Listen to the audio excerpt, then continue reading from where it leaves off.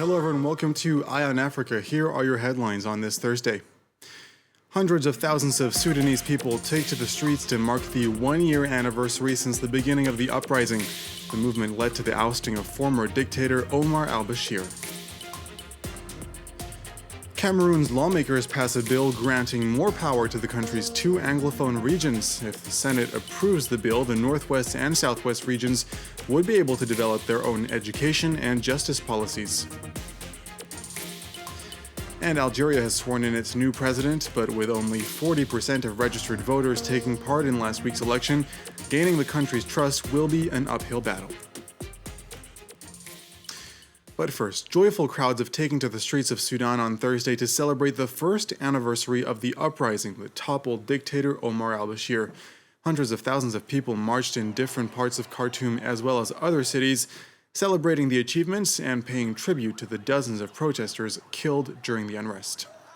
Ellen Gainsford and Colin Kinnerborough take a look back at the milestones achieved in the past year. It all started with the price of bread.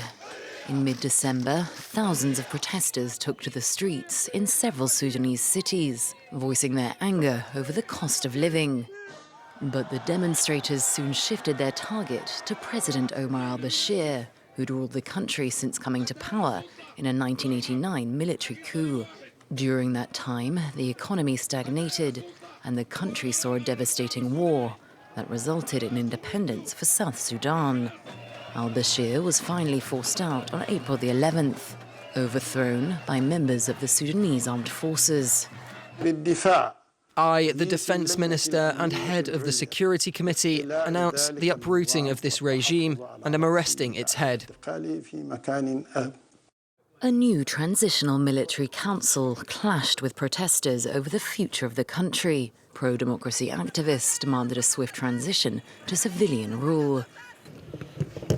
In mid-May, the military and the opposition agreed on a 3-year transition period. Protesters kept up the pressure throughout the negotiations, with mass strikes and an ongoing sit-in outside military headquarters in Khartoum. In early June, security forces opened fire as they cleared the camp. An official investigation found that 87 were killed, but opposition medics said it was 127. It took weeks after that for talks to resume, but with the African Union and Ethiopia acting as mediators, the military and opposition made a new bid to end the stalemate in early July. They reached a formal power-sharing deal on July 17th, and on the 4th of August, signed a constitutional declaration. They've now formed a transitional government with an 11-member sovereign council that includes 5 military leaders. Meanwhile, the deposed president, Omar al-Bashir, has appeared in court in Sudan on corruption charges. Wanted by the International Criminal Court over alleged war crimes in Darfur, his fate remains uncertain. Well, earlier this evening, I spoke to journalist Naba Mohyeddin, who is in Khartoum. She had more on how Sudanese people marked today's anniversary. People celebrated in the streets. They flooded the streets in different cities. People came from different states to Khartoum state, and vice versa. People went from Khartoum to Adbara, where was the first spark of the revolution, with the train itself, the train that represents a symbol of taking over the regime or forcing al-Bashir to step down. So Khartoum protesters went to Adbara to pay back for Adbara protesters. And the protesters in Adbara received them with chants, with flags, with tears, with a sense of victory. The streets are blocked still now with celebrations, with people chanting and singing the revolution songs, and with tears for the sacrifices that was made in the protest, especially the protest victims. So it was a very big protest and very big celebration. Naba, as we saw a little bit in that piece a little bit earlier on, there have been a lot of changes in the country in the past year. Do Sudanese people feel like all of their demands have been met? Actually, no, people are not satisfied and rallying every week. They want justice. They want to deliver al-Bashir to ICC. They want justice for the protest victims and also for the sitting clearing in June the 3rd. People are not happy, but they think that the political compromisement that happened with the constitutional draft and the power sharing agreements is at least what they have in this phase. They think that maybe a third act will open the doors for Sudan, as it always happens, a public uprising, revolution, transitional government, then a military coup, finish or end up the dreams. So people are not happy, are not satisfied fully satisfied, but at least they feel the victory of our King al-Bashir and the trials of his regime symbols. So yeah, there is a mixture of feelings in the street. Lawmakers in Cameroon have passed a bill granting special status to the country's 2 Anglophone regions. The move is an attempt to put an end to 2 years of violence in the area. The Senate has yet to approve the devolution law. If it does, western parts of Cameroon, where separatists have been fighting government troops, will be able to develop their own education and justice policies. Indira Ayuk has more from Yaoundé. The draft law on decentralization, recently adopted by members of Cameroon's parliament after an extraordinary session, will grant a special status to the warring northwest and southwest regions of Cameroon if adopted by the Senate, which is currently examining the draft law and promulgated into law by the President Paul Biya. The northwest and southwest regions of Cameroon will enjoy some level of autonomy in the running of its affairs. Now, this is one of the fallouts of the Grand National Dialogue, which held in September this year to seek an end to the 3-year-old Anglophone crisis, which has already left about 2,000 people dead and many more homeless and displaced.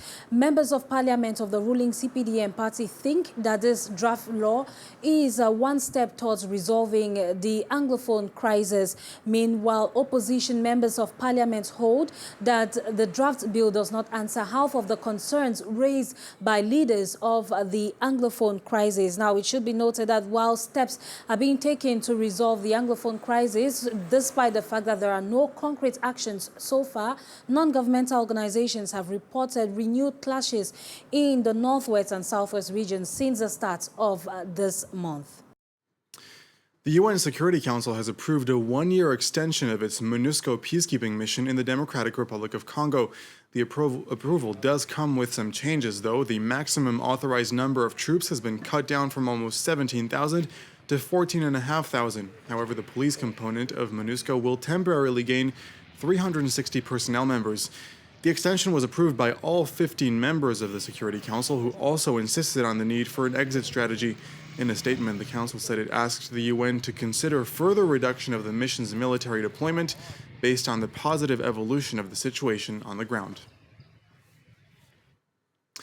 France has officially deployed its first armed drones in the Sahel. 3 American-built Reapers equipped with laser-guided missiles will assist the armed forces in their fight against terrorism in the region.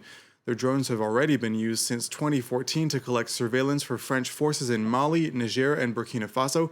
The use of armed drones is controversial. The United States has been criticized for using them in countries like Afghanistan and Yemen. Rights groups say that the drones that are controlled by humans that are sometimes thousands of kilometers away dehumanize warfare. The new Algerian president, Abdelmadjid Tebboune, officially entered office on Thursday after an inauguration ceremony in Algiers. The election, which took place last week, was heavily boycotted. Sam Bradpiece has the story.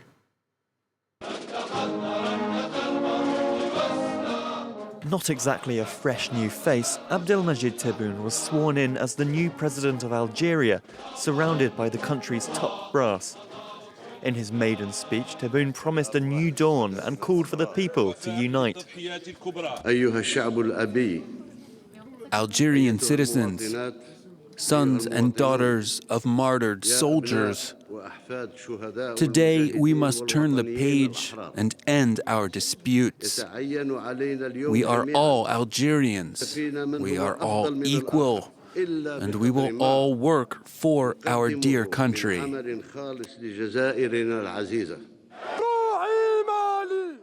This message may not resonate with all Algerians, though. As a former Prime Minister and ally to the ousted President Abdelaziz Bouteflika, Tebboune is seen as part of a corrupt political establishment. All of the candidates standing in last week's presidential election had close ties to the former president. Calls to boycott the vote meant that in total, Tebboune barely won the support of 20% of registered voters. The faces have changed, but the ideas remain the same. The new president has already said that his government will include some ministers in their 20s, a move that could appease many of those eager for change. But he still faces a tough task with a distrusting public and a budget under strain. Finally tonight, when it comes to putting up Christmas trees, we've all had good years and less good years. Well, it seems it was definitely the latter for the people in charge of landscaping at Nairobi's International Airport. Take a look. This was the original tree that was posted at the airport, in front of the airport actually. Kenyans flooded social media calling the tree flimsy, miserable, even saying it was embarrassing for the country's image.